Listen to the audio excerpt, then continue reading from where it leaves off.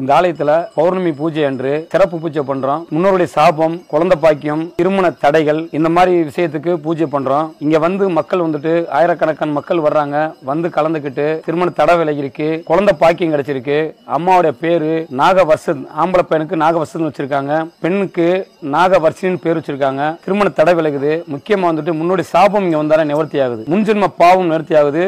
இது வந்துட்டு சுயம்பா ஒரு புற்று மண்ணால செஞ்ச சிவலிங்கம். புற்றுமண் சிவலிங்கத்துக்கு வந்து முக்தி கிடைக்கும் சொல்லியிருக்காங்க. முன்னோர்களும் முக்தி கிடைக்கும் சொல்லியிருக்காங்க. இது இந்த புற்று மண்ணால ஆன சிவலிங்கம், முக்தி கிடைக்கும், முன்னோர் சாபம் நிவர்த்தி ஆகும். அன்னைக்கு புற்று மண்ணாலான தீர்த்தம் தர்றோம்.